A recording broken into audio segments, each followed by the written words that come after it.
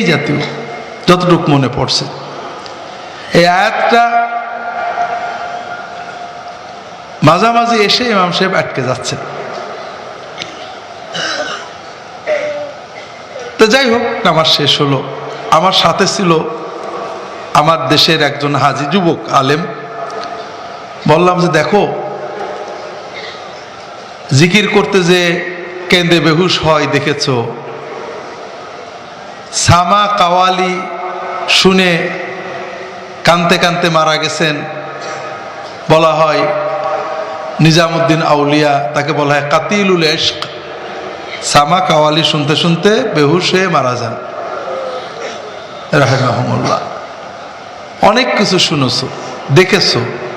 দোয়া করতে কান্দে, জিকির করতে কান্দে, লাফায় অস্থির হয়ে যায়, বেহাল হয়।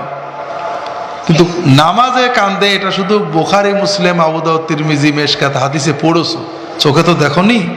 একটু দেখো ভাইরা। আসলে আমি আমার আজকের বিষয় এটা না, হুজুর শেষ করতে পারলেন না, তাই আপনাদের ব্যাখ্যা করছি। আসলে আপনারা এখানে আসছেন, হৃদয়কে যদি উজ্জীবিত না করেন তাহলে আপনারা ঠকবেন। হৃদয়কে কি করে উজ্জীবিত করবেন? ছোট ছোট উদাহরণ দিই। আল্লাহ তাআলা নামাজ দিয়েছেন, আল্লাহ নামাজ দিয়েছেন আপনাকে আপনার হৃদয়কে উজ্জীবিত করতে, হৃদয়কে আল্লাহর জিকিরে ভরতে। আপনি নামাজ পড়েন, কিচ্ছু হচ্ছে না। আলহামদুলিল্লাহ ফরজ আদায় হচ্ছে, কিন্তু আপনি কিছু পাচ্ছেন না, কষ্ট করছেন। কেন?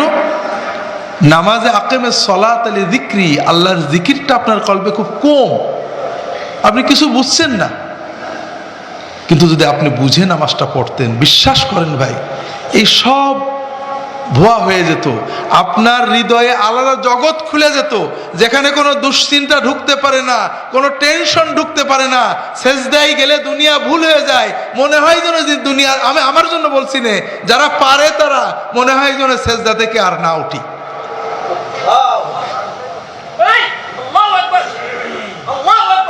আমি ছোট্ট ছোট্ট কয়েকটা উদাহরণ দিই। আপনারা তারাবির নামাজ নিয়ে ঝগড়া করেন, 8 রাকাত না 20 রাকাত, দুর্ভাগ্যজনক ঝগড়া। আমি আগামীকাল অথবা আজ যদি সময় থাকে আপনাদের গতকাল বলছি একটা মজার কথা বলবো। সে কথাটা কি বলছিলাম? যে বাংলাদেশের উলামায়ে কেরাম অনেক ইখতিলাফ আছে, কিন্তু এক ব্যাপারে সবাই একমত, যে বাংলাদেশের 15 কোটি মুসলমান সবাই দোজখে যাবে, ঠিক না? এই ব্যাপারে তো আলেমরা একমত। আহলে হাদিস বলছে হানাফিরা দোজখে, হানাফি বলছে আহলে হাদিস যাবে, সুন্নি বলছে ওয়াহাবি দোজখে যাবে, ওয়াহাবি বলছে সুন্নি দোজখে যাবে। তাহলে টোটালি সারা বাংলাদেশের মানুষ সবাই দোজখে যাবে, ঠিক না? এই ব্যাপারে আলেমদের একমত আছে।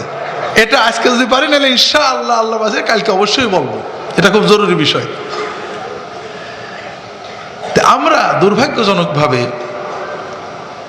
এই সমস্ত ছোট্ট ছোট্ট মুস্তাহাব বিষয় নিয়ে ঝগড়াঝাটি করি। কালকে হয়তো বলবো ইনশাআল্লাহ। শুধু রাকাত গুনি। আমাকে একজন প্রশ্ন করছে, তারাবি কয় রাকাত, 8 রাকাত না 20 রাকাত? বলে তারা কি তারাবি 8ও নয় 20ও নয়, 4 ঘন্টা। কথা বোঝেননি? রাসূলুল্লাহ সাল্লাল্লাহু আলাইহি ওয়াসাল্লাম 4 ঘন্টার কম তারাবি পড়েছেন, এটা পাওয়া যায় না। 8 আর 20 দিয়ে কি করবেন?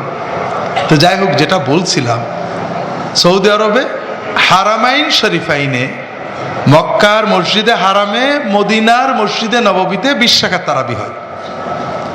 বাকি সারা দেশের অধিকাংশ মসজিদে 8 রাকাত তারাবি হয়। রিয়াদের প্রায় সব মসজিদে 8 রাকাত তারাবি হয়। একটা দুটো মসজিদে 20 রাকাত হয়। তার ভিতরে একটা হলো রিয়াদ শহরের উম্মুল হামাম বলে, সেখানে জামেউল মালিক খালেদ, কিং খালেদ মস্ক, বিশাল মসজিদ।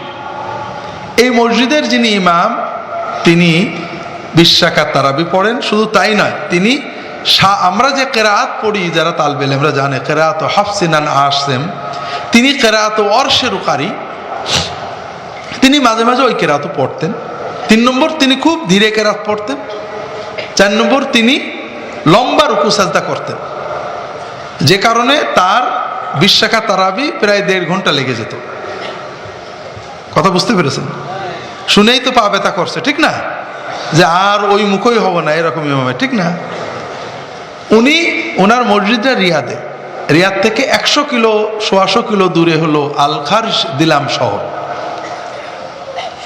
বুড়োদের কথা বলছিলেন, যুবকেরা আল খারজে ইফতার করে গাড়ি চালিয়ে 100 কিলো গাড়ি চালিয়ে এসে ওই উম্মুল হামামের ওই মসজিদে ভরে যেত। গাড়ি পার্কিং ভরে গেছে, মুসল্লিতে মসজিদ ভরে গেছে। মসজিদে 100 কিলো দূর থেকে মসজিদে আসছে 50 কিলো 20 কিলো 10 কিলো যুবকেরা মসজিদ ভরে গেছে, শুধু এই জন্য যে ওই ইমামের পিছনে 1.5 ঘন্টা ধরে কোরআন শুনবে আর সেজদায় যেয়ে আল্লাহর কাছে কানবে, এই জন্য।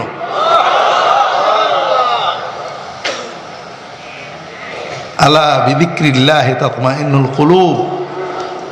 আমরা সবাই বলি আর ছোট ছোট জিকির করি, শ্রেষ্ঠ জিকির যে সালাহ, এটা জিকির বানাতে পারছি না। আপনারা বলবেন ওরা কোরআন বোঝে, কোরআন না বুঝলেও মজা আছে, আর আপনি কেন বুঝবেন না? কোরআন একটা জীবন্ত মিরাকল, অলৌকিকত্ব, মুজিজা। আপনারা জানেন আমাদের দেশে এই গতবারে প্রোগ্রাম করলো ওরা, 9 বছরের মেয়ে, ছেলে না, চেয়ারের পর বসাই দিলে কেউ দেখতে পারে না, টেবিলের পর বসাইছে। 9 বছরের মেয়ে টেবিলের উপর বসেছে, কোরআনের শুরু থেকে শেষ পর্যন্ত টনটনে মুখস্থ। 8 বছর 9 বছর 10 বছরের ছেলে বাংলা বলতে গেলে এখনো র হয় না ল হয়, কিন্তু যখন কোরআন তেলাওয়াত করে মনে হয় যে হারামের ইমাম সুদাইস তেলাওয়াত করছে। শুরু থেকে শেষ 30 পারার 650 পৃষ্ঠার বইটা তার টনটনে মুখস্থ। আমরা বাংলাদেশের মানুষ, বাংলাদেশের কবি বাংলার কবি রবীন্দ্রনাথ ঠাকুর নোবেল প্রাইজ পেয়েছেন 100 বছর আগে, গীতাঞ্জলি কবিতা লিখে কাব্যগ্রন্থে। খুব সুন্দর কাব্যগ্রন্থ, পড়লেই মন চায়। আমাদের দেশের যারা রবীন্দ্র ভক্ত, সাহিত্যিক, কবি, এমন কি কেউ আছে গীতাঞ্জলির মতো ছোট্ট কাব্যগ্রন্থ প্রথম থেকে শেষ পর্যন্ত মুখস্থ আছে? একটু বলেন, আছে নাকি? নিজের মায়ের ভাষার, মাতৃভাষার সবচেয়ে মজাদার কাব্যগ্রন্থ, ছোট্ট একটু গ্রন্থ, প্রথম থেকে শেষ পর্যন্ত টনটনে মুখস্থ আছে, এমন একজন পাওয়া যাবে নাকি? না। আর নিজের মাতৃভাষা না, সম্পূর্ণ অজ্ঞাত ভাষা, যার কিছু বুঝলাম না, 650 পৃষ্ঠার বিশাল গ্রন্থ, 600 পৃষ্ঠার বিশাল গ্রন্থ, সেই গ্রন্থটা প্রথম থেকে শেষ পর্যন্ত এক চেয়ারে বসে, এক জায়গায় বসে প্রথম থেকে শেষ পর্যন্ত পড়ে যাবে, 1 ফুট ভুল হবে না। এরকম কি 1-2 জন আছে না লক্ষ লক্ষ আছে? ছোট্ট 8-10 বছরের বাচ্চা। একজন বলছে যে নাস্তিকরা বলে কোরআনের মতো কোরআন বানানো যায়, তাহলে কোনো ঝগড়ার দরকার নেই। আগে দর্শনধারী, পরে গুণ বিচারী, ঠিক না? তুমি এটা লিখে দাও, তুমি যে ভাষায় চাও কোরআন ওটা বই লিখে দাও, এবং সেই বইটা ওই ভাষা জানে না একজনকে দাও, সে প্রথম থেকে শেষ পর্যন্ত মুখস্থ করে বলে দিক, তাহলে আমরা দর্শনে বুঝলাম যে এটা মেলে, এরপরে গুণ বিচার করবো। পারবে? বাংলা, ইংরেজি, আরবি, উর্দু, ফার্সিতে একটা বই লিখে দেবে, এবং সেই বইটা 600 পৃষ্ঠার বই প্রথম থেকে শেষ পর্যন্ত মুখস্থ করবে একজনে। পারবে? তাহলে প্রথমেই তো দর্শনধারী হইল না, তার গুণ বিচার কি করব? বোঝেন না? উদ্দেশ্য এইটা নয়। উদ্দেশ্য হলো ভাইয়েরা, কোরআনের আরেকটা অলৌকিকত্ব আছে, সেটা হলো আপনি কোরআনের অর্থ জানেন না, আরবি জানেন না, নাহু জানেন না, সরফ জানেন না, কোরআনের আয়াতটা শব্দ করে পড়বেন এবং তার তরজমাটা পড়বেন। যালিকাল কিতাবু লা রাইবা ফীহি, এই বই, এতে কোনো সন্দেহ নেই। ওয়াল আসরি ইন্নাল ইনসানা লাফী খুসর, সময়ের কসম, নিশ্চয় মানুষ ধ্বংসের ভিতরে, ক্ষতির ভিতরে রয়েছে। আপনি অর্থসহ কোরআন কারীম 1-2 খতম করবেন শুধু, আপনি দেখবেন কোরআন আপনি অর্থ জানেন না, আপনি আরবি শব্দের অর্থ জানেন না, কিন্তু ইমাম যখন কোরআন পড়ছে আপনি বুঝে ফেলছেন যে কোন সূরা পড়ছে, কোন আয়াত পড়ছে, কি পড়ছে। আপনি পড়ে দেখেন, এটা কোরআনের একটা অলৌকিকত্ব। এই জন্যই আল্লাহ বলেছেন ওয়ালাকাদ ইয়াসসারনাল কুরআনা লিযিকরি ফাহাল মিন, কোরআনকে আমি বোঝার জন্য সহজ করেছি। হাজরিন, কাজে আপনি কোরআন বোঝেন, সমস্যা কি? আপনার হৃদয় আলোকিত হবে, হৃদয়ে নবুয়তের ইলম চলে আসবে, আল্লাহর নূর চলে আসবে, দুনিয়ার সব আপনার কাছে গৌণ হয়ে যাবে। তবে কোরআন না বুঝলেও শোনেন, এইবার বলি, আমাদের ঝিনাইদহের মাগুরার একটা ছেলে সৌদি আরবে চাকরি করে, প্রায় আমার কাছে ফোন করে, মসলা মাসাইল শুনে, আমার লেখা রাহে বেলায়েত ইত্যাদি নিয়ে গেছে, পড়ে, আমাকে ফোন করে বলে যে হুজুর চাকরি বাকরির অবস্থা ভালো না, দেশে চলে আসতে হবে। হুজুর এদেশ থেকে আমার যাইতে মন চাই না। কেন? হুজুর বাড়ি যেয়ে নামাজ পড়ি, কি খটখট করে ইমাম সাহেব নামাজ পড়ে, হুজুর বড় কষ্ট লাগে, এই দেশে আমি নামাজ পড়ি মনটা ভরে যায় হুজুর। সে তো প্রায় অশিক্ষিত, কিচ্ছু বোঝে না, তারপরেও নামাজের রুকুটা একটু লম্বা করে, সাজদা একটু লম্বা করে, তারা রুকু সাজদার দোয়াগুলো পড়ে, যে নামাজের যে ইতমিনান, শান্তি, এইটা সেই মূর্খ লোকটাও অনুভব করছে যে বাংলাদেশে যে নামাজ পড়ি, ইমাম সাহেব নামাজ পড়ে গা ঘেমে যায় উঠানামা করতে করতে, হুজুর তারাবি পড়তে গেলে মনে হয় যে কি জন্য মসজিদে ঢুকছি, হুজুর যখন সৌদি আরবে নামাজটা পড়ি মনটা শান্তিতে ভরে যায়, হুজুর শুধু নামাজের জন্যই মনে হয় যে আমি আর সৌদি আরব ছেড়ে যাব না। হাজারিন, তো হুজুরের কথা রেশ ধরেই বললাম মুফতি সাহেব হুজুরের, যে আসেন না পরের কাছে যে কি করবেন, আসেন না আল্লাহর সাথে সম্পর্কটা গভীর করি, আর কিছু না, নামাজ, এই নামাজটাকে প্রাণবন্ত করেন, কোরআনের আয়াতগুলো পড়েন, দোয়াগুলো কিভাবে পড়ছি মনে করেন, দোয়াগুলো অল্টারনেট করেন, তটস্থ পড়েন না। আমাদের মূর্খতা কোথায় গিয়েছে, একজন নামাজ পড়াচ্ছে, রুকুগুলো একটু লম্বা করেছে, রুকুর পরে উঠে দাঁড়িয়ে একটু লম্বা করেছে, রব্বানা লাকাল হামদু হামদান কাসীরান তাইয়িবান মুবারাকান ফীহ, পিছন থেকে পিশরে হুজুর ফতোয়া দিয়েছে নামাজ নষ্ট হয়ে গেছে, আবার পড়তে হবে।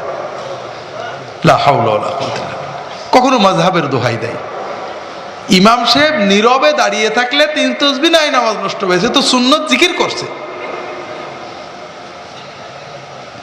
এইরকম নানাবিধ মূর্খতা সব কিছু এড়িয়ে আমরা যদি অন্তত নামাজটাকে প্রাণবন্ত করতে পারি, আমাদের জীবন দেখবেন কি অবস্থা হয়। বাকিটা একটু পরে বলছি। তো যাই হোক ভাইরা, আমি আজকে যে কথাটা বলার জন্য নিয়ত করছিলাম, আপনাদের গত দারুসালাম মাহফিলের পরে আমি এবং আমাদের পীর সাহেব হুজুর দুজনেই লিবিয়া গেছিলাম।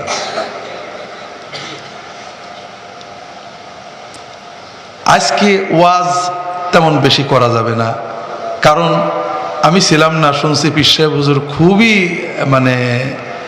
বরকতময় ওয়াজ করেছেন। আমাদের মুফতি সাহেব হুজুর যা বলার সব বলে চলে গিয়েছেন, আমার জন্য আর কিছু বাদ নেই। এই জন্য নিয়ত করলাম যে আজকে গল্প করব। পীর সাহেব হুজুর বেশি সওয়াবের জন্য ভালো ওয়াজ করেছেন, গল্পগুলো করেননি। আর আমি আর কি করবো, সব তো বলাই হয়ে গেছে, আজকে গল্প করব নাকি বলেন? হ্যাঁ, কি আর করা যাবে।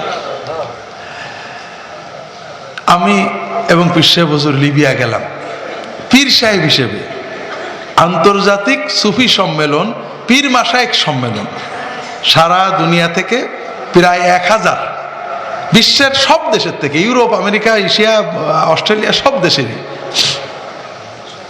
প্রায় 1900 কতজন যেন পীর সাহেব দাওয়াত দিয়েছে। কোন কোন পীরের সাথে 2-1জন সাথেও আছেন। এই সফরের কিছু কথা আপনাদের বলবো।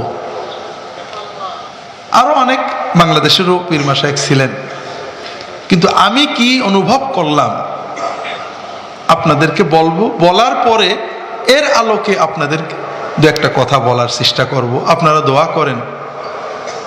আসলে তো ভাই আমরা দুনিয়ায় যে খাটছি, আমি মনে করেন রাত দিন খাটি, চাকরি বাকরি করি, টাকা পয়সা কামাই করি, মনে করেন আমাদের বেতনই প্রায় 50,000 টাকা। এই 50,000 টাকার আমার পেটে যায় কত? 45,000, ঠিক না? 45,000 যায় না, 40 তো যায়, 1,005 নাকি, তাও না, তাও যায় না। এটা আমার ক্ষেত্রে যেমন সত্য, আপনাদের ক্ষেত্রে সত্য না? প্রত্যেকের জন্য। তাহলে আমরা এই যে খাটছি সকাল থেকে সন্ধ্যা, সন্ধ্যা থেকে সকাল, কিসের জন্য? নিজের জন্য না পরের জন্য? পরের জন্য। এগুলো আখেরাতে কি কাজে লাগবে আল্লাহই জানে। অনেক হালখাতা আমরা করলাম, কিন্তু নিজের জীবনের হালখাতা করা হলো না, ঠিক না ভাই? এই যে 31 ডিসেম্বর ব্যাংক ক্লোজিং হবে, জুনে ক্লোজিং হবে, হিসাব হবে, হালখাতা হবে, ঠিক না ভাই? কিন্তু আমার জীবনের হালখাতা কই? হাজারিন, ছোটবেলায় আমরা কবিতা পড়ছিলাম, 16 আনাই ফাঁকি, পড়েন না আপনারা? হ্যাঁ, এখন আর নেই ভাই। বড় অদ্ভুত লাগে। বৈজ্ঞানিক শিক্ষা চাই, বৈজ্ঞানিক শিক্ষার নামে হাট্টিমাটিম টিম তারা মাঠে পাড়ে দিই। আমরা নীতি নৈতিকতায় অবক্ষয়ে গেছি, তারপরেও কিছু মডেল আমরা রাখতে পারতাম, কিছু ভালো কথা, ভালো কবিতা, ভালো। তো যাই হোক, যেটা বলছিলাম, সম্ভবত কবিতাটা সুকুমার রায়ের লেখা, আমার পুরো মনে নেই। এই কবিতাতে কলকাতার বাবু নৌকায় উঠেছে, খেয়া নৌকা পার হয়ে ওপারে যাবে। তো নৌকায় উঠে মাঝিকে জিজ্ঞেস করছে, এই মাঝি, এই যে সূর্য ওঠে, চন্দ্র ওঠে, পৃথিবীর চারিদিকে ঘোরে, রাত দিন ছোট বড় হয়, এগুলো কেন? হুজুর, আমি তো কিছু জানি না। তুই সারাদিন নৌকা বয়ে গেলি, কিছুই শিখলি নে, তোর জীবন তো চায়রা নাই মাটি। আচ্ছা বলতো আহ্নিক গতি কেউ আসে? আমার সব মনে নেই, কথা হলো এই। আচ্ছা বলতো জোয়ার ভাটা কেন আসে? বললো হুজুর আমি জানি না। তো উনি বলছেন, জীবন তোর 8 আনাই মাটি, 12 আনাই মাটি, 12 আনাই তোর জীবন ফাঁকি। এই বলতে বলতে মাঝ নদীতে নৌকা চলে গেছে, এখন ঝড় আসছে। এখন বাবু এখন আহ্নিক গতি বার্ষিক গতি ভুলে গেছে, এখন মাঝি মাঝি সামাল সামাল, কি হবে? কেউ খুব চিল্লাচ্ছে। তো মাঝি বলছে, বাবু ওরকম চিল্লান কে? এরকম ঝড় তো দৈনিক হয়। বলে যদি নৌকা ডুবে যায়, ডুবে গেলে সাঁতারে বাড়ি চলে যাবো। বলে আমি তো সাঁতার জানি না। বাবু বাবু এবার কেন কাবু? বাঁচলে পরে আমার কথা হিসেব করো পিছে, এখন দেখি জীবন তোমার 16 আনাই মিছে। নিজেরাও কিছু করব। কাজেই আমি গতদিন যেহেতু এবারে কিছু বলছি, যুবকদের দায়িত্ব আছে, সচেতন হতে হবে। কারণ তোমার যৌবনের উচ্ছলতা, অস্থিরতা এক্সপ্লয়েট করে তোমাদের রক্ত চুষে, তোমাদের জীবনকে ধ্বংস করে, তোমাদের ঈমানকে ধ্বংস করে কিছু মানুষ কামাই করতে চায়। তোমার আশেপাশে আমরা সবাই, তোমাকে তোমার নিজের জন্য, জীবনের জন্য সচেতন হতে হবে। এটা হলো বড় কথা। যাই হোক ভাইরা, আসল গল্প যেটা দেয়, ত্রিপলিতে গেলাম। আপনারা তো ইদানিং লিবিয়ার কথা অনেক শুনছেন, ঠিক না? গত বছর শুনলে আরো মজা লাগতো। আমার ধারণা ছিল, আমি ডলার নিয়ে গেছিলাম, আমরা মক্কা শরীফ, মদিনা শরীফ, কুয়েত, দুবাই এসব যতটুকু দেখছি, সব জায়গায় ডলার ভাঙানো যায়, ভালো ভালো দামি মার্কেট। লিবিয়া অনেক পুরনো পেট্রোল রপ্তানিকারক দেশ, তা নিশ্চয় এরকম হবে। কিন্তু যাওয়ার পরে দেখলাম সব ভাঙা ছিল। আমাদেরকে একেবারে ভূমধ্যসাগরের উপরে ইসে রাখা হলো, 5 স্টার হোটেলে রাখা হলো। কিন্তু তার পাশে একটু বাজারে ফোন করব, ফোনের কোনো জায়গা নেই, দেশে ফোন করব, গেলাম, ভাঙা ছিল ঘর বাড়ি। পুরো দেশে সামান্য কিছু মানে অবকাঠামো ছাড়া তেমন কিছু গড়ে উঠেনি। এক ট্যাক্সি ড্রাইভার, আমাদের মুআম্মার আল গাদ্দাফি, তিনি সমাজতন্ত্র দাবি করতেন, ইসলামও দাবি করতেন, নানাবিধ কথা বলতেন। এক ট্যাক্সি ড্রাইভার, বয়স প্রায় 40 হয়ে গেল। বিয়ে করেছো? না। কেন? বলে ভাই যা আয় করি আমার একার চলে, বিয়ে করলে একটা বাসা ভাড়া লাগবে, তার খরচ লাগবে, এই খরচ তো আমি আয় করতে পারিনি, এই জন্য বিয়ে করিনি। অর্থনৈতিকভাবে অনেক সমস্যা ছিল। যাই হোক, এখন আসি আমাদের মূল সম্মেলনে, সুফি সম্মেলন। সারা বিশ্বের সুফিয়ায়ে কেরাম আসছেন, বড় বড় পীর, নকশবন্দিয়া, মুজাদ্দিদিয়া, কাদেরিয়া, শাহজালিয়া, জাজুলিয়া, বিভিন্ন তরিকার বড় বড় বড় বড় বড় বড় বড় বড় বড় বড় পীর। তো ভাইরা, অনেক কিছু দেখলাম, অনেক তরিকার জিকির দেখলাম, গজল দেখলাম, তালিম দেখলাম, ওজিফা দেখলাম, ওয়াজ আলোচনা হলো। সব দেখে আমি যেটা বুঝলাম সেটা হলো সুন্নতের বাইরে কোনো কল্যাণ নেই।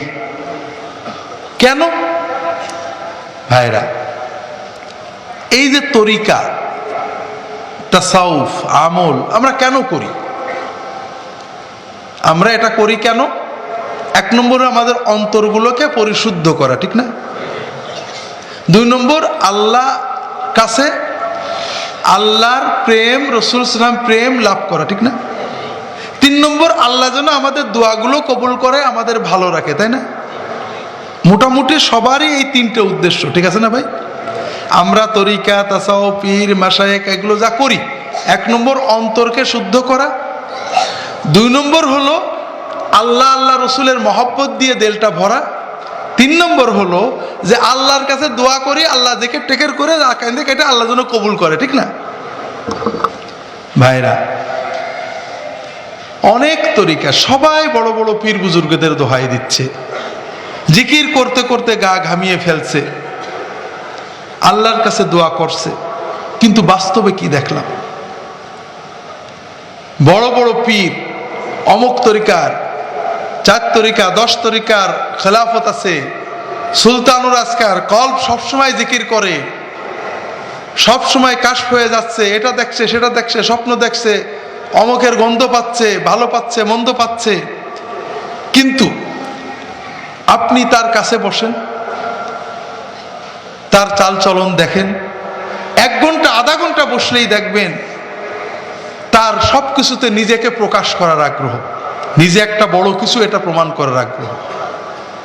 তার কথাবার্তার ভিতরে গীবত রয়েছে। অন্য পীরের কথা আপনি একটু কায়দা করে তুলে দেন, দেখবেন যে কোনোভাবে ওই পীর যে খারাপ এটা প্রমাণ করতে তিনি ব্যস্ত হয়ে গেছেন।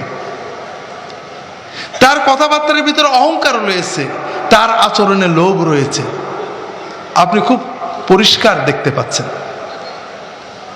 তাহলে আমার কলবের কি হলো? আমার 4 তরিকার খেলাফত, 6 তরিকার খেলাফত, সুলতানুল আসকার হয়ে গেল, কাশফ হয়ে গেল, সব হলো, কিন্তু আমার অন্তর থেকে হিংসাটা দূর হলো না, আমার অন্তর থেকে লোভ দূর হলো না, আমার অন্তর থেকে পরশ্রীকতা গেল না, আমার অন্তর থেকে অহংকারটা গেল না, আমার জবান থেকে গীবতটা গেল না। আমি কি কলব সাফ করলাম? আমার কথা বোঝেননি? আপনি আপনার চারিপাশে তাকিয়ে দেখেন, অবস্থা ব্যতিক্রম না। বিরাট পীর আজকে এই পোশাক পরে, কালকে এই পোশাক পরে, এই রকম পাগড়ি পরে, লোকে যেন বোঝে যে একটা বিরাট পীর। কথাবার্তার ভিতরে কত অহংকার আপনার চারিদিকে বেরিয়ে পড়ে। আবার সুন্নতের পীরও পেয়েছি, মাসনুন আমল ছাড়া কোনো ওজিফা নেই। ইন্দোনেশিয়ার একজন বড় পীর, লক্ষ লক্ষ মুরিদ, আলাপ করলাম, আপনার ওজিফা তরিকা কি? বলে আমি সুন্নতের বাইরে কোনো আমল করি না। আমরা ওই প্রতিদিন একই পোশাকে বসে আছে, তার কাছে গেলে আপনার মনে হয় যে না, এর ভিতরে বিনয় আছে, এর ভিতরে তার কলবের কিছু তাসকিয়া আছে।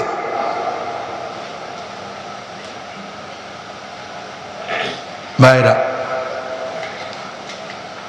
যারা সুন্নতের ভিতরে ওজিফা আমল করেন, তাদের যে অভিজ্ঞতা, এটা আপনাদের বলবো ভাইরা। আপনারা চেয়েছেন কলবটা সাফ হবে, আপনারা চেয়েছেন আল্লাহ আল্লাহ রসুলের মহব্বতে অন্তর ভরবে, আপনারা চেয়েছেন আল্লাহ দোয়া কবুল করবে। তরিকার মাধ্যমে বুজুর্গানে দিন তারা অনেক আমল শিখিয়েছেন, সুন্নত আমল, কিছু কিছু রিয়াজত, এগুলো ভালো। কিন্তু সুন্নতের ভিতরে থাকলে আপনাদের কি হবে ভাইরা? খুব সহজে বুঝুন। সুন্নত মতো জিকির করুন, দোয়া কবুল হওয়ার জন্য সাজদায় যে আল্লাহর কাছে দোয়া করতে শিখুন। আমি বলছি আপনাদের ভাইরা, বিশ্বাস করেন, ইয়াকিন দিয়ে বলছি, সিজদায় যে আল্লাহর কাছে দোয়া করতে শিখুন, আপনার জীবনে আর কোনো দোয়া লাগবে না, সব আপনার কাছে গৌণ হয়ে যাবে। আপনি একবার সিজদায় আল্লাহর কাছে দোয়া করতে শেখেন, তাহাজ্জুদের নামাজে, অন্য নামাজে আল্লাহর কাছে সিজদায় কথা বলতে শেখেন, দেখবেন আপনার কোনো দোয়া কবুল হতে আর বাকি নেই। আর কিচ্ছু লাগবে না, ঘন্টার পর ঘন্টা চিল্লানো লাগবে না, ওয়াজ মাহফিলে চিৎকার করা লাগবে না, ক্রন্দন করা লাগবে না। রাতের গভীরে গোপনে আল্লাহর কাছে সেজদায় দিয়ে চোখের পানি ফেলে দোয়া চাইতে শিখুন, জীবনে কোনো অভাব আপনার আর থাকবে না।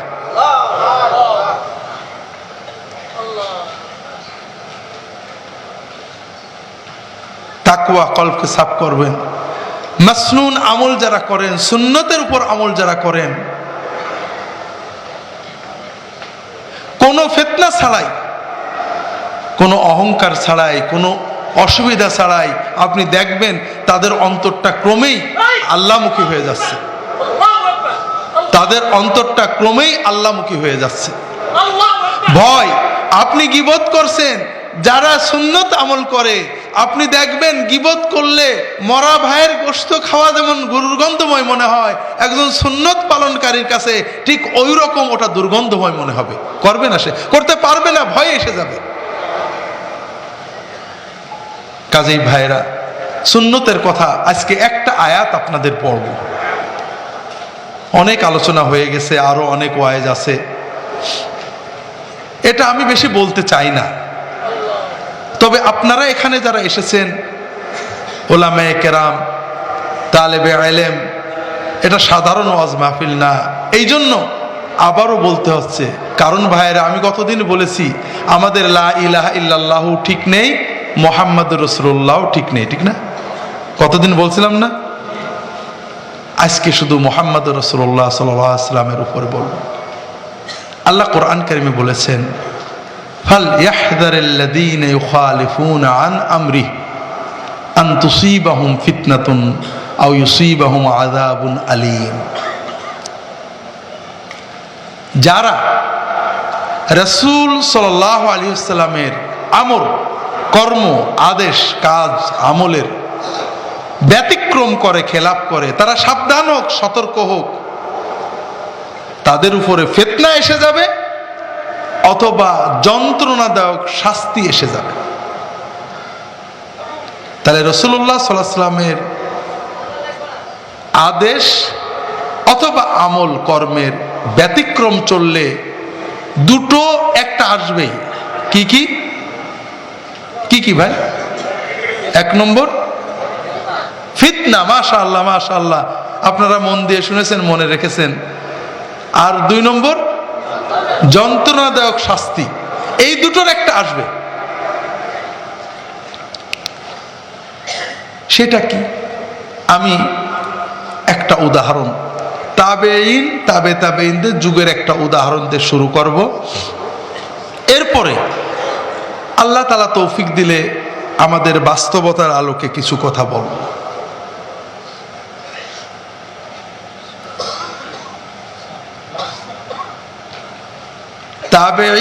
তাবেঈ যুগের প্রসিদ্ধ একজন আলেম জুবাইর ইবনে বাক্কার, তার কাছে মদিনার মাদানী, মদিনার খুব বড় আলেম ছিলেন। তার কাছে একজন এসে বলছে, ইয়া শেখ, আমি মদিনা থেকে মক্কায় যাব হজ বা উমরা করতে, এহরাম করব কোথার থেকে, এহরাম বাঁধব কোথার থেকে? প্রশ্নটা কি বুঝতে পেরেছেন? হজের জন্য আমরা যেমন নামাজের জন্য নিয়ত করে এহরাম বাঁধি, হজের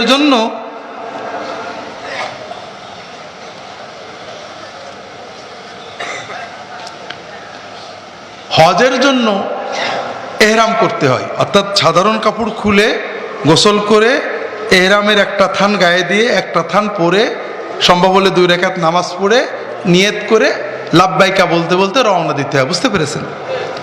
রাসূলুল্লাহ সাল্লাল্লাহু আলাইহি ওয়াসাল্লাম মদিনার মসজিদে নববী থেকে 10 বা 12 কিলো দূরে যেয়ে জুল হুলাইফা নামক স্থানে, ওখানে যে উনি এহরাম করেন। কথা কি বুঝতে পেরেছেন?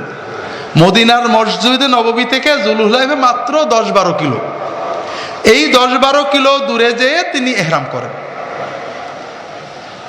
আমাদের উম্মতের সকল ফকিহ একমত, মিকাতের আগে এহরাম করা জায়েজ, কোনো দোষ নেই। আমরা যারা বাংলাদেশ থেকে হজে যাই, আমাদের মিকাত হলো তায়েফের কাছে আসাইল কারনুল মানাজিল, এটা একেবারেই মক্কা থেকে 100 কিলো। কিন্তু আমরা 5000 কিলো আগে ঢাকার থেকে এহরাম করে যাই অনেকে, ঠিক না ভাই? এটা জায়েজ না, জায়েজ না। তবে রাসূল সাল্লাল্লাহু আলাইহি ওয়াসাল্লাম সুন্নত হলো মিকাত থেকে এহরাম করা। জুবাইর ইবনে বাক্কারকে প্রশ্ন করছেন, হুজুর আমি মদিনা থেকে হজে বা উমরায় যাব, এহরাম করব কোথার থেকে? তখন তিনি বললেন, কেন? রাসূলুল্লাহ সাল্লাল্লাহু আলাইহি ওয়াসাল্লাম যেখান থেকে এহরাম করেছেন সেইখান থেকে, জুলহুলাইফা থেকে, মসজিদে নববী থেকে মাত্র 12-13 কিলো দূরে। ওই লোকটা বলছে যে না হুজুর, তা করব না। কেন? আমি মদিনার মসজিদে নববী থেকে এহরাম করব। কেন তা করবে? বলে কারণ মদিনার মসজিদে নববীতে 1 রাকাত নামাজ পড়লে 1000 বা 50,000 রাকাত নামাজের সওয়াব, ঠিক না? আমি 2 রাকাত নামাজ এহরামের পড়বো মসজিদে নববীতে, আমার 1 লাখ রাকাতের সওয়াব হবে, ঠিক না? জুলহুলাইফাতে গেলে তো তা পাবো না। 2 নম্বর হলো মদিনার মসজিদে নববীতে রাউদাতুম মিন রিয়াদিল জান্নাহ রয়েছে, জান্নাতের বাগানের একটা টুকরো আছে। সেখানে রাসূলুল্লাহ সাল্লাল্লাহু আলাইহি ওয়াসাল্লাম কবর শরীফ রয়েছে, হুজরা শরীফ রয়েছে। আমি হুজরার পাশে রাউদাতুম মিন রিয়াদিল জান্নাতের ভিতরে বসে ইহরাম করব। জুলহুলাইফা গেলে তো আর পাবো না।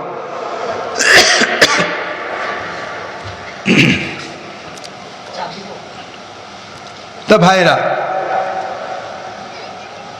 এই যুক্তি 3টে কেমন লাগলো আপনাদের? জোরালো না? দলিল হিসেবে খুব শক্তিশালী না? ওই জুবাইর ইবনে বাক্কার বলছেন যে তুমি তা করো না, করলে বিপদ আছে। কেন? তখন তিনি এই আয়াতটা তিলাওয়াত করলেন যে দেখো আল্লাহ তাআলা বলেছেন নবীজির ব্যতিক্রম কাজ করলে হয় ফিতনা আসবে নইলে আযাব আসবে, তুমি হয় ফিতনায় পড়বে নইলে আযাবে পড়বে। হাজিরিন, আপনাদেরকে উদাহরণটা বললাম, একটু আমি বুঝতে পারছি এটা গল্প নয়, মজা লাগছে না, কিন্তু জীবনের জন্য, ইমানের জন্য, মুহাম্মদুর রাসূলুল্লাহ ইমান বাঁচিয়ে রাখার জন্য এটা খুবই দরকার। এটা ময়দানের ওয়াজ নয়, তবু আমি করছি। মিকাতের আগে, মিকাত থেকে 10 কিলো, 50 কিলো, 100 কিলো বা 5000 কিলো আগে এহরাম বান্ধা জায়েজ না না জায়েজ? জায়েজ। ওই হাজি যদি মিকাতের 10, 12, 13 কিলো আগে এহরাম বাঁধে তাহলে তো নাজায়েজ হচ্ছে না? হচ্ছে নাকি? তাহলে জুবাইর ইবনে বাক্কার নিষেধ করলেন কেন? হ্যাঁ, খুব ভালো করে বুঝুন, খেলাফ কোন জায়গায়, ফিতনা একটু বুঝুন। একটা থেকে আমি অনেকগুলো বলবো, এটাতে মজা লাগছে না, মজা লাগা বিষয়ে বলবো, এইটাকে বুঝুন। কারোর অসুবিধা আছে, মিকাতে দাঁড়াতে পারছে না, প্লেন থামবে না, গাড়ি থামার সুযোগ নেই, শরীরটা খারাপ, 10 কিলো, 20 কিলো, 1000 কিলো আগের থেকে এহরাম বাঁধলে সমস্যা আছে না? সে তো এটা মনে করছে না যে মিকাতের চেয়ে আগে করলে ভালো, এটা তো মনে করছে না, বাধ্য হয়ে করছে, এটা জায়েজ, এর নাম হলো জায়েজ। কিন্তু যখন এই লোকটা মসজিদে নববী থেকে এহরাম বাঁধছে, সে কি মনে করছে? জুলহুলাইফা থেকে না বেঁধে মসজিদে নববী থেকে বাঁধলে তার সওয়াব বরকত বেশি হচ্ছে, ঠিক না? তার মানে নবীজি যেখান থেকে করেছেন ওখান থেকে করলে সওয়াব বরকত কম হচ্ছে, ঠিক না? এটাই তো হচ্ছে। তাহলে প্রথম যে জিনিসটা সে করলো, সে নবীজির সুন্নতকে ছোট বানাই ফেললো। কি দিয়ে? কোরআনের দলিল দিয়ে, হাদিসের দলিল দিয়ে। সে বলতে চাচ্ছে নবীজি ওখান থেকে করেছেন অমুক কারণে, তমুক কারণে, তার দরকার ছিল না, এটা ছিল না, সেটা ছিল না, তবে নবীজির ব্যতিক্রম মসজিদ থেকে করলে বেশি সওয়াব হবে, এটা বলছে না? তো তাহলে প্রথম কথা, সে নবীজির সুন্নতকে ছোট বানিয়ে ফেললো, নবীজির কোরআন আর নবীজির হাদিস দিয়ে নবীজিকে বোকা বানিয়ে ফেললো। বলুন নাউজুবিল্লাহ। ও কিচ্ছু বুঝেনি। সব নামাজ মসজিদে নববীতে পড়লে সওয়াব বেশি হয়, ইহরামের নামাজ মসজিদে নববীতে পড়লে সওয়াব বেশি হয় না, যেখানে রাসূলুল্লাহ সাল্লাল্লাহু আলাইহি ওয়াসাল্লাম পড়েছেন ওইখানে পড়লে সওয়াব বেশি হয়। ও কিছুই বুঝিনি। 2 নম্বর, এবার আসুন, ও যখন এই যুক্তি দিয়ে মুতমাইন হয়ে গেল যে জুলহুলাইফার থেকে মসজিদে নববী থেকে ইহরাম করলে বরকত বেশি, ওর অনুসারীরা ওদেরকে যদি বলা হয় নবীজি তো জুলহুলাইফাই করেছেন, চলো ওখানে যায়, ওরা মানবে নাকি? নবীজির আমল শুনলে মনটা ছোট হয়ে আসবে, বলে না নবীজি করেছেন ঠিক আছে, নবীজির মতো সব তো করা লাগে না, দলিলে তো এটাই ভালো হয়। এইভাবে নবীর সুন্নতকে আর ভালো লাগবে না, ঠিক না? একটা অন্তরে নবীর সুন্নতের কথা শুনলে ভালো লাগে না, নিজের যুক্তির কথা, পীর সাহেবের কথা, মাওলানা সাহেবের কথা, বাপ দাদার কথা আমল শুনলে ভালো লাগে। আর যখনই বলা হয় নবীজি এরকম করে করেছেন, তখন ভালো লাগে না, একটু অস্বস্তি লাগে, মনে হয় যে নবীজি করেছেন করুক, আমি এইটাই করব। ওই কলবে কি ফিতনা আছে না নেই? এর চেয়ে বড় ফিতনা আর হতে পারে না যে আপনার নবীর সুন্নত আপনার কাছে মজা লাগে না, আপনার পীর সাহেবের তরিকা মজা লাগে, হুজুরের তরিকা মজা লাগে, আকাবেরের বুজুর্গদের তরিকা মজা লাগে, আর রাসূল সাল্লাল্লাহু আলাইহি ওয়াসাল্লামের সুন্নত শুনলে আপনার অন্তরটা অস্বস্তি পায়। এর চেয়ে বড় ফিতনা আছে নাকি আর? একটু পরে বলবো কেন এটা। আমরা সবাই এই রোগে রোগী, আমি এক এক করে স্পষ্টই বলবো, গোপন করে বলবো না।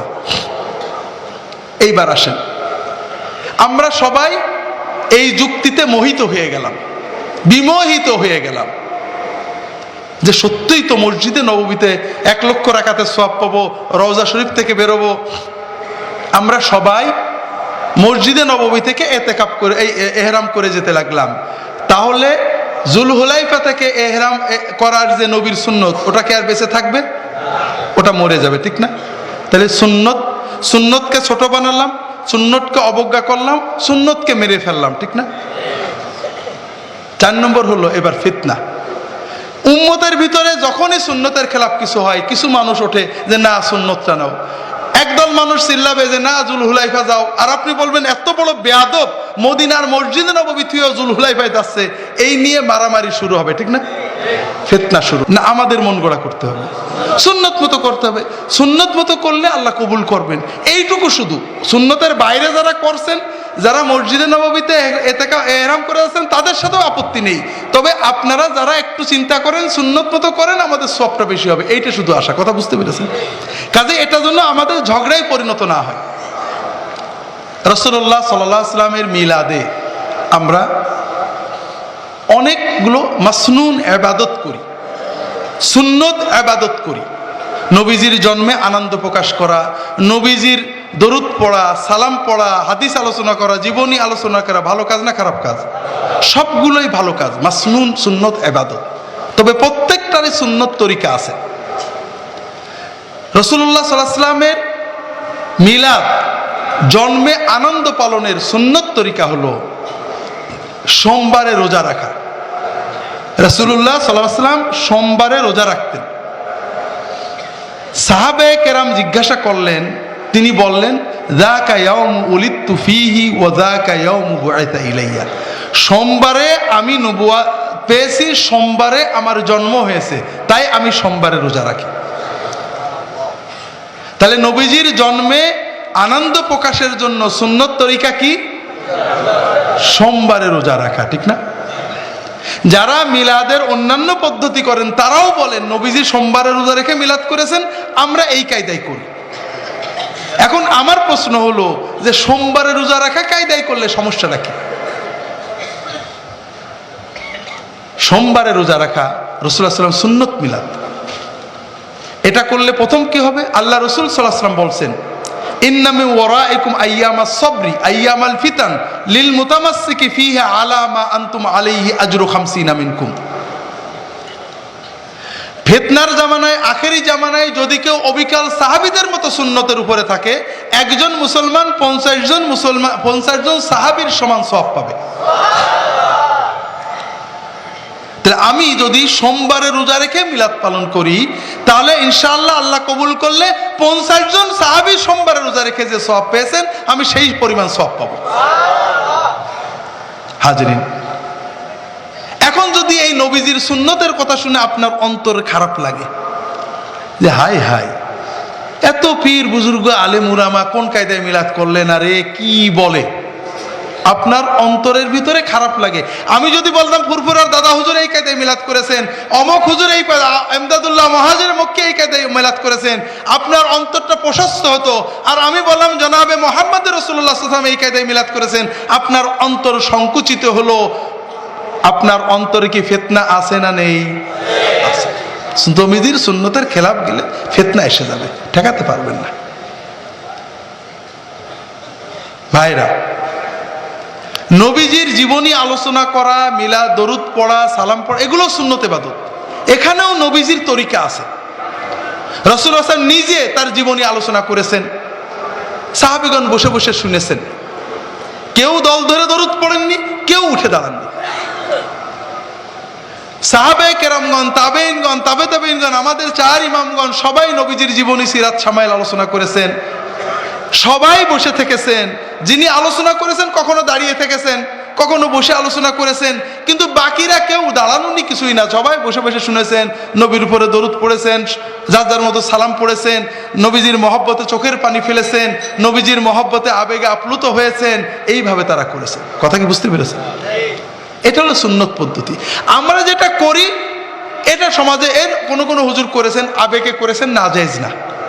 কিন্তু এখন যদি আপনি সুন্নতের বিপরীতে এইটাকে বলেন যে দাঁড়ালে বেশি আদব, তাহলে নবীজি সাহাবীদের আদব কম ছিল? অসুবিধা হয়ে গেল, ফিতনায় পড়ে গেলেন। আপনি যখন এই প্রচলিত পদ্ধতিকে জোর দিতে লাগলেন, নবীজির সুন্নতটা মারা গেল। কথা কি বুঝতে পেরেছেন? এই রকম আর একটা বলি, বেশি বলবো না, বাকিগুলো শুধু বলে বলে যাব। ইল্লাল্লাহ জিকির আছে না নেই? ওরে বাবা, খুন করতে রাজি কিন্তু ইল্লাল্লাহ জিকির ছাড়তে রাজি না, ঠিক না? বলতে হবে। যদিও এগুলো নিয়ে আমরা ঝগড়া, যারা ইল্লাল্লাহ জিকির করছেন আলহামদুলিল্লাহ অনেক ভালো কাজ আছে, আমরা তাদের ভালোবাসি। কারণ তার নামাজ আছে, রোজা আছে, দাড়ি আছে, টুপি আছে, সুন্নাত আছে, তাওহীদ আছে, পর্দা আছে, পুশিদা আছে, এইগুলোর জন্য তারা আমাদের দিনী ভাই। কথা বুঝতে পেরেছেন? তবে এই কাজটুকু অন্যায়, শুধু এইটুকু বলছি। কথা বুঝতেছেন না? কি সমস্যা? ইল্লাল্লাহর জিকির জায়েজ না জায়েজের বিতর্ক না। অদ্ভুত লাগে, আমরা নাহু সরক দিয়ে জিকির বানাই। ভাইরা, মূল কথাটা হলো রাসূলুল্লাহ সাল্লাল্লাহু আলাইহি ওয়াসাল্লাম, সাহাবীরা কি এটা করেছেন? সবাই বলছি করেননি। তা আমরা কেন করছি? আমরা বলছি যে আমরা এটাকে ইবাদত হিসেবে করছি না, ঔষধ হিসেবে, কলবের ঔষধ হিসেবে। কথাটা কি বুঝতে পারছেন? ভালো কথা। প্রথম কথা হলো রাসূলুল্লাহ সাল্লাল্লাহু আলাইহি ওয়াসাল্লাম কিসের চিকিৎসক ছিলেন, কলবের না চোখের? রাসূলুল্লাহ সাল্লাল্লাহু আলাইহি ওয়াসাল্লাম, আল্লাহ কোরআন আনলেন শিফাউল লিমা ফিস সুদূর, এই কালবগুলোকে তাজকিয়া করার জন্য, অন্তরের রোগ মুক্ত করার জন্যই তো রাসূলুল্লাহ আসছিলেন, ঠিক না? তো উনি যে জিকির দিলেন, যে দরুদ দিলেন, যে সালাম দিলেন, তাতে হবে না, আরো ঔষধ লাগবে, এই চিন্তাটা করব কেন? 2 নম্বর কথা হলো যে ঔষধ আমরা যদি বলি নবীর জামানায় লাগতো না, নবীজির সোহবতের কারণে অনেকেরই কল্প ঠিক হয়ে যেত, আমাদের কল্পগুলো ময়লা বেশি লাগবে। হাজেরিন, এই যুক্তি এবার সব জায়গায় দিই।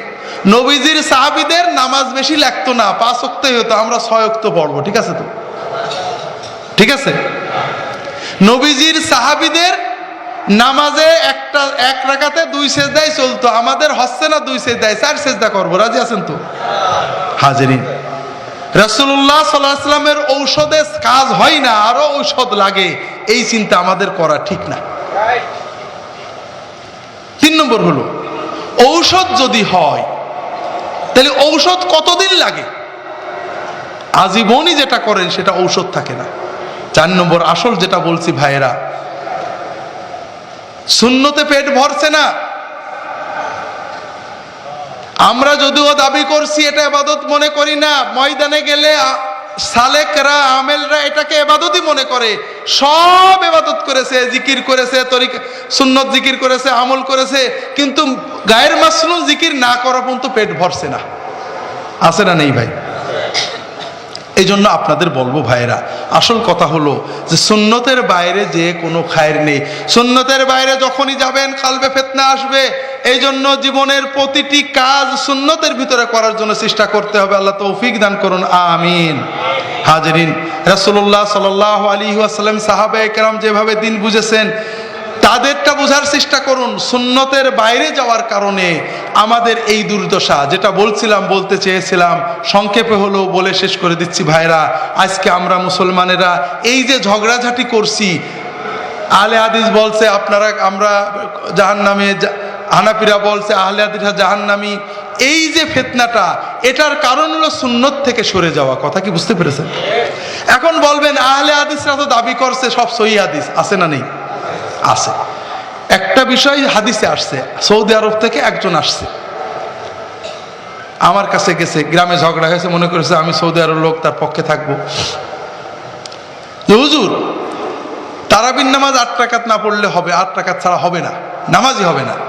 বেতেরের নামাজ 3 রাকাত পড়লে হবেই না। তা আমি বললাম, যেটা আপনার কে বলেছে? হুজুর, বুখারী শরীফের হাদিস না মানলে ঈমান থাকে? তো বুখারী শরীফের হাদিস কি আছে? এই যে নবীজি রমজানে, গায়ের রমজানে 8 রাকাত পড়তেন, 11 রাকাত পড়তেন। তাহলে বুখারী শরীফে কি আছে যে 8 বা 11 রাকাতের বেশি পড়া যাবে না? আছে নাকি? না, তা নেই। তাহলে আপনি কি করে বললেন যে বেশি পড়লে বুখারী শরীফ মানা হবে না? হাদিসে আছে রাসূলুল্লাহ সাল্লাল্লাহু আলাইহি ওয়াসাল্লাম এই কাজটা করেছেন, রাফুল ইয়াদাইন করেছেন। আবার সহিহ হাদিসে আছে উনি করেন। আপনি বড় জোর বলতে পারেন এটা সহিহ হাদিস দ্বারা প্রমাণিত, কিন্তু এটা নিয়ে ঝগড়া, এটা আমরা করছি। হানাফি সুন্নি ঝগড়া করছি। এই সব ঝগড়ার কারণ হলো সুন্নতকে ছেড়ে দেওয়া। আমাদের জীবনের মডেল কিন্তু রাসূলুল্লাহ সাল্লাল্লাহু আলাইহি ওয়াসাল্লাম, সাহাবায়ে কেরামগণ নন। আমাদের জীবনের মডেল হয়ে গেছেন আকাবের বুজুর্গরা। আমাদের একজন ওয়াইজ যখন ওয়াজ করতে ওঠেন, তিনি 1 ঘন্টা ওয়াজ করলে বুজুর্গদের কারামত বেশিরভাগ ওয়াজ করেন, ঠিক না ভাই? না, রাসূলুল্লাহ সাল্লাল্লাহু আলাইহি ওয়াসাল্লাম সাহাবীদের সুন্নতের ওয়াজ করেন। হাজরিন, এর কারণে আমাদের অবচেতনে মনের ভিতরে বুজুর্গরা এখন সবচেয়ে বড় আসন নিয়ে নিয়েছেন। এজন্য উলামায়ে কেরামের বলবো যে উম্মতের এই অধপতন থেকে যদি রক্ষা করতে চান, পরের দোষ দিলে হবে না। খ্রিস্টান মিশনারিরা বাইবেল নিয়ে আসছেন আজকে আসরের পরে মাগরিবের আগে প্রেস ক্লাবে যশোরের মুন্সি মেহেরুল্লাহর উপর একটা সেমিনার ছিল, আমি গেছিলাম, ছোট সেমিনার, মুন্সি মেহেরুল্লাহর উপরে। আপনারা মুন্সি মেহেরুল্লাহকে চেনেন না, অথচ তিনি না থাকলে হতে পারতো যে আমাদের যশোর দার্জিলিং এর মতোই খ্রিস্টান হয়ে যেত।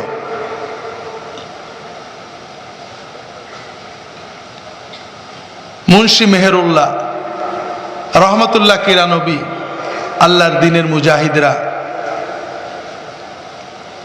ধর্মের নামে ধর্মান্তকরণের অপপ্রচার, মিথ্যাচারকে প্রতিরোধ করছিলেন। ধর্মান্তকরণের চেষ্টা করা হয়েছে জোর করে, মিথ্যা প্রচার দিয়ে। আজকে আমরা মুসলমানেরা, বাংলাদেশের মুসলমানেরা পরস্পরকে জাহান্নামে পাঠাচ্ছেন, প্রত্যেকেই জাহান্নামে পাঠাচ্ছেন, প্রত্যেকেই জাহান্নামের কন্ট্রাক্টরে নিয়ে নিয়েছেন। ইমান আকিদা নিয়ে চিন্তা নেই, আল্লাহর হক বান্দার হকের কথা নেই, দিন ইমান বাঁচানোর চিন্তা নেই। আপনার চিন্তা আপনার ছোট্টখাটো মাযহাব, ছোট্টখাটো মাসালা, ছোট্টখাটো হাদিস, অথবা আপনার তরিকা, আপনার আকাবেরকে হেফাজত করায় আপনার দিন হয়ে গিয়েছে। আর এই ফাঁকে আমাদের দেশে অনেকগুলো ফিতনা ব্যাপকভাবে ছড়িয়ে পড়ছে। খ্রিস্টান মিশনারিরা টার্গেট নিয়েছেন আগামী 100 বছরের ভিতরে ইন্দোনেশিয়া, বাংলাদেশ এবং পাকিস্তানকে খ্রিস্টান মেজরিটি দেশ বানিয়ে ফেলবেন। বিভিন্নভাবে মিথ্যা অপপ্রচার চালানো হচ্ছে। আপনি পার্বত্য চট্টগ্রামে যান, সেখানের কর্মকাণ্ড দেখেন। আপনি বাংলার পশ্চিমে দক্ষিণে যান, নীলফামারী, কুড়িগ্রাম, রংপুর, দিনাজপুর, ঝিনাইদহ, কুষ্টিয়ার ওদিকে যান, মুসলমানরা ইসলাম জানে না, তাদের ভিতরে ইনজিল শরীফের নামে, তাওরাত শরীফের নামে, জাব্বুল শরীফের নামে মিথ্যা জাল বইগুলো প্রচার করা হচ্ছে। ইমাম সাহেব খ্রিস্টান হয়ে গেছে। ওয়ার্ল্ড ভিশন, কারিটাস বিশাল বিশাল লাইব্রেরি করেছে। ইমাম সাহেব, হুজুর তাওরাত ইনজিল আছে, আমাদের লাইব্রেরিতে পড়তে যাবেন, আপনার মাসে 2000 টাকা। গরিব মানুষ যায়, ঘুরে আসে। প্রথম যে ফায়দা তারা পাচ্ছেন যে ওখানে যায় যারা খ্রিস্টান হয়েছে তাদের বিরুদ্ধে তারা কোনো ফতোয়া দেন না। 2 নম্বর, কোন ইমাম খ্রিস্টান হয়ে গেছে, তারা বলে না যে আমরা খ্রিস্টান, তারা বলে আমরা ঈসাই মুসলমান। মুসলমানকে খ্রিস্টান হতে বললে হয় না, বলে আমরা ঈসাই মুসলমান। আমার এক পরিচিত আলেম, এই আকবর কমপ্লেক্সের একজন আলেম, বলছে হুজুর আমরা একটা ছোট্ট তবলিগি জামাত নিয়ে গেছিলাম নীলফামারী, মসজিদের ভিতর বসে আছে, ইমাম সাহেব আসেনি। এক বুড়ো মুসল্লি বলছে হুজুর আমাদের ইমাম শুধু ঈসা নবীর ওয়াজ করে। ইমাম সাহেব বলে শুধু মুর্দা নবীকে মানলে হবে না, জিন্দা নবী মারতে হবে। ঈসা নবী তো আবার আসবে, কাজে তার শরীয়ত তাকেও মাইনে রেডি হইতে হবে। নাউজুবিল্লাহ বললেন না? ওই মৌলানা সাহেব বুঝেছেন যে সর্বনাশ। যাই হোক, ওখানে তারা পরে মাহফিল করেছেন, অনেক লোক আবার ইসলামের ভিতরে ফিরে আসছে। বড় দুঃখ লাগে। ধর্ম প্রচার জনসেবায় কোনো দোষ নেই, এ অধিকার সবার আছে, কিন্তু মিথ্যা প্রচারণাই দোষ। মিথ্যা প্রচারণা দিয়ে ভরে ফেলা হয়েছে। আমাকে বলছে তাওরাত শরীফ, বলা হচ্ছে বাইবেলে যদি ভুল দেখাতে পারো বাইবেল ছিঁড়ে ফেলে দেবো। বলেন তোমার বাইবেল নিয়ে আসো, আমি 100 না 1000টা ভুল দেখাবো। আর আসে না। আমি বললাম এই তাওরাত নিয়ে যদি আপনাদের সামনে কেউ আসে, ইনজিল শরীফ নিয়ে আসে, কোনো ঝগড়া করবেন না, শুধু জিজ্ঞেস করবেন এটা যে ইনজিল শরীফ, এটা কি আপনার ইয়াকিন আছে, ঈমান আছে, বিশ্বাস আছে? হ্যাঁ অবশ্যই এটা সত্যিকারের ইনজিল শরীফ, এটা অরিজিনাল ইনজিল। ঠিক আছে, আপনি খোলেন, মার্ক লিখিত সুসমাচারের শেষ সুসমাচার বের করেন। যিশুর ভাষায় তারা বলা হচ্ছে সেখানে, and these signs shall follow them who believe in my name, they shall speak in new tongues, and if they carry out serpents it shall not harm them, if they drink any deadly thing it shall not harm them। এরকম কি কথা আছে। যারা বিশ্বাস করবে, যারা যীশু খ্রিস্টকে বিশ্বাস করবে, তারা এই সব কাজ করবে। তারা কোনো শিক্ষা ছাড়াই নিত্য নতুন ভাষাতে কথা বলবে। তারা সাপ, বিষধর সাপ গলায় ঝুলবে, সাপে কাটবে না। তারা বিষাক্ত জিনিস খেলে, বিষ খেলেও মরবে না। কোথায় আছে? এটা হলো তাদের ইনজিল শরীফের ভিতরেই আছে। তাদের ইনজিল শরীফের ভিতরে মার্ক লিখিত সুসমাচারের শেষে আছে। তাই বললাম যে যদি ওই ইনজিল নিয়ে যিনি আসেন তাকে বলবেন যে এই কথাটা তো যিশুর কথা। বলে হ্যাঁ। তাহলে তোমার ঈমান আছে তো? বলে হ্যাঁ। তাহলে 1 গ্লাস বিষ খাও। যিশু তো বলছেন যার ঈমান থাকবে বিষ খেলে মরবে না, তুমি খাও। তাহলে আমার অত ঈমান নেই। যে অত ঈমান কার আছে? একজন খ্রিস্টানের দেখো বিষ খাক, তারপর আমরা কিতাব দেখবো। যে গ্রন্থের পরতে পরতে জালিয়াতি, মুসলমানরা বলছে না, আল্লাহর কোরআনে 1500 বছর আগে বলেছে তারা জাল বই বানায়, মিথ্যা বানায়। গত 200 বছর ধরে ইউরোপের, আমেরিকার, জার্মানির, ইটালির, ইংল্যান্ডের খ্রিস্টান বিশেষজ্ঞরা প্রমাণ করেছেন এই বইয়ের ভিতরে লক্ষ লক্ষ ভুল রয়েছে। কিন্তু এই সত্য গোপন করে মিথ্যা, কোরআনের নামে মিথ্যা, হাদিসের নামে মিথ্যা দিয়ে জালিয়াতি করে করে মুসলমানদের ঈমান চুরি করার চেষ্টা করছে। আর আমরা মুসলমানেরা, আমরা আছি কে কাফের, কে মুশরিক, এক আলেমের বিরুদ্ধে বিষোদ্গারে। ঠিক না ভাই হাজিরিন? এর কারণ আমরা আল্লাহর কোরআন এবং রাসূল সাল্লাল্লাহু আলাইহি হাদিসকে ভুলে গেছি। আমরা যদি আল্লাহ রসুলকে আসল ধরতাম তাহলে আমাদের সব এক জায়গায় হয়ে যেত। আর একটা প্রতারণা আমাদের সমাজের রন্ধে রন্ধে ঢুকে গেছে, সেটা হলো শিয়া। খ্রিস্টান আমাদের বিশ্বে 2টো ধর্ম প্রচারণার উপরে, একটা হলো খ্রিস্টান ধর্ম, একটা শিয়া ধর্ম। সমাজের রন্ধে রন্ধে বুখারী শরীফের একটা হাদিস নিয়ে, যেমন খ্রিস্টানরা একটা হাদিস অথবা একটা আয়াত নিয়ে মিথ্যা অর্থ করে এরপরে দুনিয়া আর মিথ্যা দিতে থাকে, শিয়ারা ওইভাবে প্রচারণা করছে। শিয়ারা শিয়াদের মতো থাকবেন, সুন্নিরা সুন্নিদের মতো থাকবে, খ্রিস্টানরা খ্রিস্টানের মতো থাক তাদের দিন নিয়ে, মুসলমানরা তাদের দিন নিয়ে থাকবে, সমস্যা ছিল না। কিন্তু যখন মিথ্যা কথা বলে প্রতারণা করে প্রচারণা চালিয়ে ধর্মান্তরের চেষ্টা করা হয় তখন কষ্ট লাগে। আপনারা সাধারণ মুসলমানেরা, আলেম উলামারা যদি আমরা কোরআন সুন্নাহর দিকে ফিরে না যাই, আমরা সহি দিনটাকে, যেটা আল্লাহ গুরুত্ব দিয়েছেন সেটাকে আমরা গুরুত্ব দেব, সেটা হলো ঈমান তাওহীদ। কথা বোঝেননি? যেটা আল্লাহ গুরুত্ব দিয়েছেন রাসূল সাল্লাল্লাহু আলাইহি ওয়াসাল্লামের ইত্তেবা, সেটা গুরুত্ব দেব। যেটা আল্লাহ গুরুত্ব দিয়েছেন, ফরজ করেছেন, নামাজ, রোজা, হজ, যাকাত, আল্লাহর হক, বান্দার হক ইত্যাদিকে, যেগুলো নিয়ে আল্লাহ রসুল সাল্লাল্লাহু আলাইহি ওয়াসাল্লাম গুরুত্ব কম দিয়েছেন, একাধিক রেখেছেন, সেটা একাধিক থাকবে। কোন সাহাবী 3 রাকাত বেতর পড়েছেন, কোন সাহাবী 5 রাকাত পড়েছেন, কোন সাহাবী 1 রাকাত পড়েছেন, কোন সাহাবী কুনুত হাত তুলে পড়েছেন, কোন সাহাবী এমন করে পড়েছেন, কোন সাহাবী রফা দেন করেছেন, কোন সাহাবী করেননি, কোন সাহাবী জানাজার নামাজে সূরা ফাতিহা পড়েছেন, কোন সাহাবী পড়েননি, কোন সাহাবী ইমাম সূরা ফাতিহা পড়েছেন, কোন সাহাবী পড়েননি। এগুলো সাহাবীদের যুগে বিভিন্ন রকম ছিল, এগুলো যুগ যুগ ধরে বিভিন্ন রকমই থাকবে। আমার কথা কি বুঝতে পেরেছেন? এগুলো নিয়ে মতভেদ থাকবে, দলভেদ থাকবে না। দুর্ভাগ্য, আমরা এগুলো নিয়ে দলভেদ করছি, হিংসাহিংসি করছি, ফতোয়াবাজি করছি, জাহান্নামী বানাচ্ছি, আর আসল ইসলামটাকে আমরা চুরি হওয়ার সুযোগ করে দিচ্ছি। হাজরিন, যাক, আমি আর লম্বা করব না। আমার অনুরোধ হলো, উলামায়ে কেরাম, তালেবে ইলম সবার জন্য চিন্তার সময় এসেছে।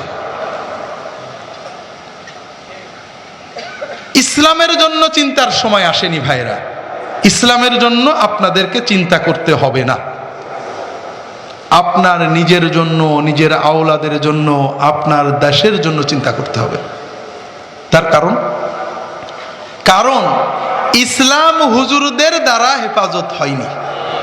আলেম উলামা, পীর, মাশায়েখ, উস্তাদ, বুজুর্গ, এদের দ্বারা ইসলাম আল্লাহর দ্বীন বিজয়ের জন্য এসেছে। মা মিন বাইতি হাজারিন ওয়ালা মাদারিন ইল্লা আদখালাহুল্লাহু হাযাদ দ্বীন বিইজ্জি আজিজিন আও যুল্লি দলিল, কামা ক্বালা সাল্লাল্লাহু আলাইহি ওয়াসাল্লাম। বিশ্বে যত বাড়ি আছে, তাবু আছে, মরুভূমি আছে, যত ঘর আছে, প্রতিটি ঘরেই একদিনে না একদিনে ইসলাম ঢুকবে, কারোর সম্মানের সাথে, কারোর লাঞ্ছনার সাথে। পৃথিবীতে যত জায়গায় সূর্য উঠেছে আর ডুবেছে, প্রতিটি জায়গায় আল্লাহ এই দিনকে পৌঁছাবেন এক সময় না এক সময়, কেউ এটা ঠেকাতে পারবে না। ইসলাম বিজয়ের জন্য এসেছে, বিজয় নেবেই, কিয়ামতের আগেই এটা হবেই, এটার জন্য আপনাকে টেনশন করতে হবে না। হাজরিন, আল্লাহ কোরআন কারীমে খুব সুন্দর কথা বলেছেন। ইয়াকফুর বিহা হাউলাই ফাকাদ ওয়াক্কালনা বিহা কওমান লাইসু বিহা বিকাফিরিন। আল্লাহ বলছেন, এটা আমার দিন, এটা যদি এরা অবিশ্বাস করে, অমান্য করে, তো আমি অন্য জাতির হাতে এই দিনের ঝান্ডা দিয়ে দেব। আল্লাহ আরবদের ভিতরে দিন দিছিলেন, ঠিক না? দিনের ঝান্ডা নিয়ে বেরিয়েছে খোলাফায়ে রাশেদিন, সাহাবী তাবেঈনদের যুগে। এক সময় আরবরা অধপতন হলো, আল্লাহ দিনের ঝান্ডা নিয়ে ইরানিয়ানদের হাতে, পার্সিয়ানদের হাতে দিলেন। তারা খারাপ হয়ে গেল, আল্লাহ দিনের ঝান্ডা নিয়ে তুর্কিদের হাতে দিয়ে দিলেন। কথা বোঝে?